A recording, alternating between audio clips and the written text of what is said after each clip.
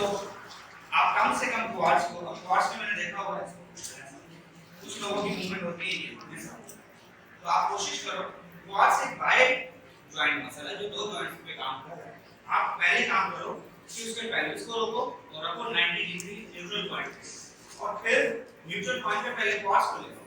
अब आप क्वाड्स को अगर खींचते हो तो होगा स्ट्रेच। तो आपने क्या करना है, क्वाड्स को होल्ड किया, okay, then just hold the pelvis and bring it back.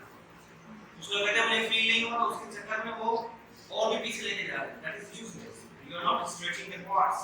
फिर आप किसी और मसल्स पे काम करो, आप इसको होल्ड कर लो and if you want to view on the quads just bring it like this and you will feel quartz.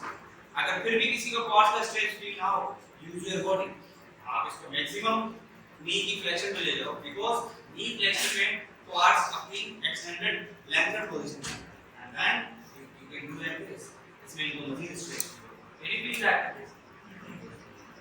तो बजाय मेहनत हिप की अपना घुटना बाहर की तरफ ले जाओ, घुटना बाहर की तरफ ले जाओ।